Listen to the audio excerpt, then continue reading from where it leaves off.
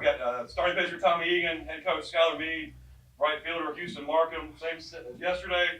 We'll take an opening statement. If you have questions, please raise your hand, identify yourself, and we'll go from there. Coach. How about them Trojans? Man, what a electric atmosphere. Getting over 7,000 people. Who would have thought something like that could happen here? But there's so many people that did work to not only over the years do this. The previous great coaches who have been here, which I know obviously have gotten a lot of love recently, and I know I saw Coach Smart and Coach Pierce here yesterday. I'm 99% sure they were probably here today. This was a vision when the stadium was coming that Dr. Hawkins had for this program, and certainly articulated a lot. We don't have to articulate it anymore because now it's a reality. But just the atmosphere that was created, it's because of these guys, because of what they've done on the field. But, the work that went in from people in the town, and I just want to mention it again. What Mayor Reeves and so many people did, Kyle George, Mike Frigge, Dan Heck. There's just so many people that put this thing together. The work, I know he's going to get mad at me, but Adam running around, Jack. So many people were doing things behind the scenes to make this happen. And fortunately, we produced. And because we produced and we had the right mentality and played better baseball, we will now be in Omaha very, very soon. Questions? Sorry, next one. And you said you're going to Omaha, I guess, probably 5 days, 4 days. I don't know the travel schedule. Just has that sunk in for you guys, and just what does it mean to be playing in Omaha? Yeah, it means a ton. Transferring in here, I definitely came here because I believed that we could get to Omaha, and with the talent we have, if you said in the fall we'd be there, I wouldn't be surprised. If you said 2 months ago we'd be there, I might have been a little surprised. So it just credit to the guys for keep working, and to Skylar. Not one game did he put us down or anything. Like he just said, everything's still in front of us. So I think that was a big part. Lindsay Bonner, WAKA. This question is for Houston. You grew up not too far from here in Montgomery. What does it mean to you to be a part of history here at Troy? It means the world. Giving all glory to the man above. He put us in this position to, host and have a great crowd and great atmosphere. But, oh, man, I don't have any words. I'm just so thankful and so blessed to be with these guys, these coaches, this dugout. We put a lot of work in since day one. And just to finally see the work out there, it just feels good. Josh Troy Messenger, coach. You talk about Omaha, and I've known you, so what does it mean for you and the program? Just me personally. I said I was never going back, and unless it was, as a coach. I was fortunate enough to be there 17 years ago, and it's what you put everything into, everything you do. You don't sleep, you don't stop thinking. And we have a lot of work to do, and we'll get to that. But I think on that last out, it's the first time my mind is probably taking a breath in years, if I'm just being transparent with the room. And it'll probably totally sink in at some point later when all the madness stops and the cameras aren't here. And I'd be I'd be a little remiss if I wasn't there was a moment when Blake got the hit, and I don't do this, and I tell the guys all the time. I know Cody laughs at me because I try to be better about taking in moments, but Blake got the hit and you score the runs, and I actually looked at my arms and I could see all the goosebumps on it, and you snap yourself out of it because I try to hold myself to the level of accountability I hold these guys, and I think I do it 99.9% of the time, but right there I probably didn't do a good job of it. But yeah, it's going to be something. Bill Wright, Troy Citizen. Looking back, the last couple of weeks have been a roller coaster. Was there one point now in kind of retrospect that you say that was the big moment that made this happen? I'm really even thinking about the Sun Belt Conference and losing in the bottom of the ninth in the mother of all heartbreakers, and then to come back and beat that same team. But it wasn't just this weekend. There were other parts of it, right? Look, you're hitting the nail on the head. I said it at the time, and it proved out to be true. I don't think there's another team in the country that could have done what we did after the Southern Miss heartbreak. Have to come back. You play your rival, South Alabama, early in the morning, no sleep. No sleep because of actual timing of game, and then no sleep because, well, that's what happens in sports when your heart gets ripped out. And, you know, we did not coddle our guys, and we told them, like, no one's going to feel sorry for you. The world of baseball is kind of hoping for your demise, you know. But we played a really excellent game, and then we bounced back. And, you know, this guy hadn't been in relief the entire year, right? Like, he gets to sit here. I mean, think about it. So he had his masterpiece as a Trojan today, 7 1/3, you know, to get us near the promised land, right? But if he doesn't come in and strike out, you know, Davis Gillespie on a 3-2 fastball at 91 miles an hour in the top of the zone, and Matt Russo gets up, and let's just say something goes awry, none of these conversations happen. And so I think the game always rewards you. When, you know, Tommy was selfless, he'd had a start that didn't go his way in that tournament, said, I'm willing to do it. I want to do it. And he did, you know, and I could go on a lot of stories. I've talked to Cody, and I'm so proud. I was talking to his parents in the hotel, and, you know, Cody had struggles early in the year, and then we had guys that were just playing lights out in the position he plays. And you hate that. Like, you feel guilty as a coach because there's just not enough that you can do. But I told his parents, when you have great parents, great support, and you have a great kid, you've cultivated a great kid, he will rise up when it matters most. And Cody's May and into June's been his masterpiece as a baseball player. I can't profess to know everything when he was, you know, 11, 12, 13 years old, but this is a bigger stage against, you know, the big boys, and he's been as fine as he's ever been. And so I just think it's awesome when you look at it in retrospect and you see who's sitting up here with you when you get to be in a moment such as this. Sam, Skylar, you've had a team that just missed the NCAA tournament the last 2 years, on the last 4 teams in this year. Does that make this moment any sweeter for you and maybe some of the guys that were part of those 2023 and 2024 teams that didn't get the opportunity to play in the postseason? Yes and no. I mean, you may have noticed since you asked the question, I was a little irritated in 25.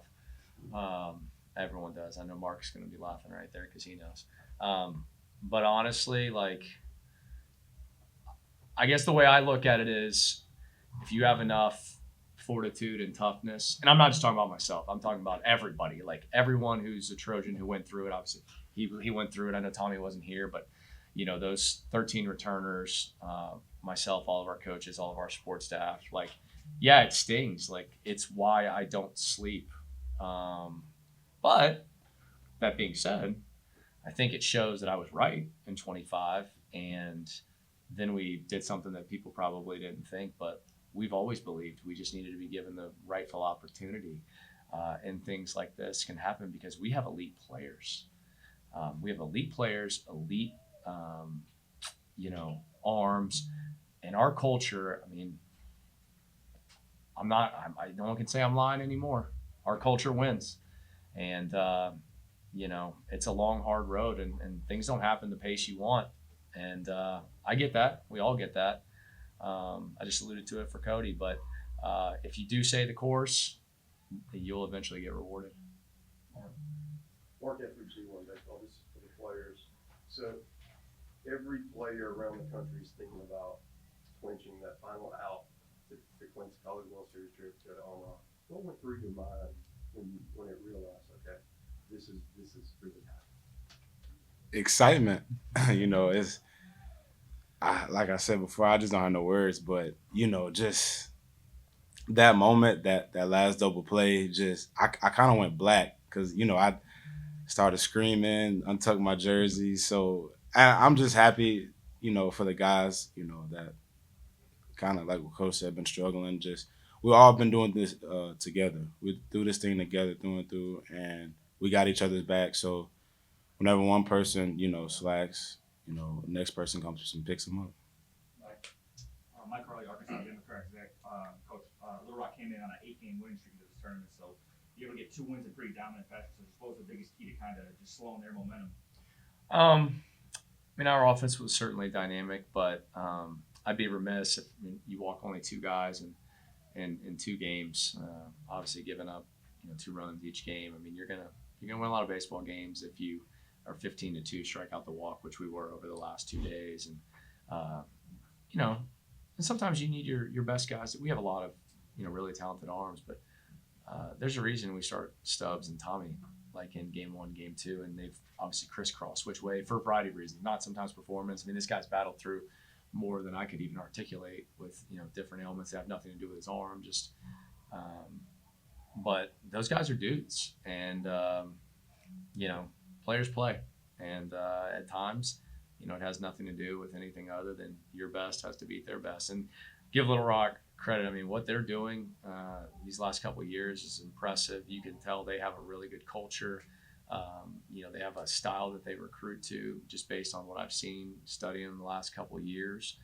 I think they have really good arms too.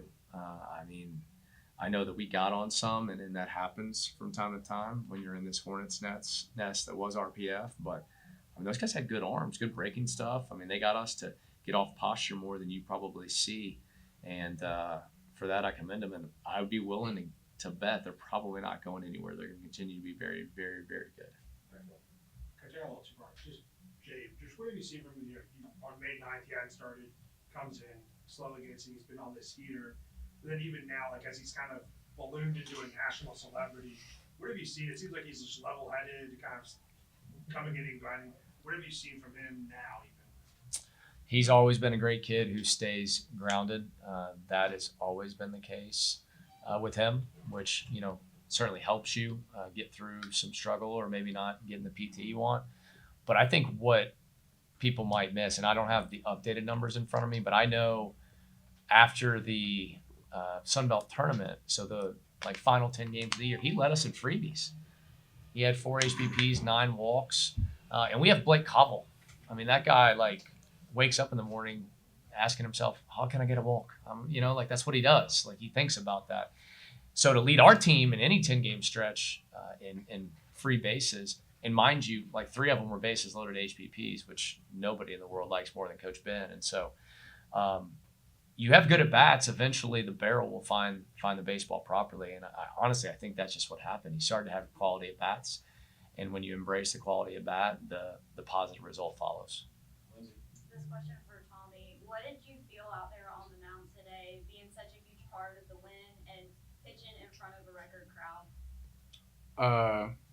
Yeah, I mean, I think my last outings have been really rough, and right now it's I feel like we have the best offense in the country. So it was just go up there and fill it up, and not gonna lie, I was getting tired in the 5th, but I just got some juice from the crowd, I think. And just being here and knowing that this is insane that we're hosting the Super, and it's great just knowing that so many other kids in the country would want to be in my position. So just taking advantage of it. We got time for 2 more. Or no more. Or we're back. Just, you've won the last 4 and, you go down the games, you'll lose that first game. I'm sure a lot of people are going to get off. You're going to Omaha, probably as an underdog there. Just kind of, why should people not count Troy out? I don't really think we were last 4 in personally. I mean, I know that they post that up, but I highly doubt that was the case because we have good players. We have the right level of edge, and while we are going to celebrate, and I am telling you, we are going to celebrate.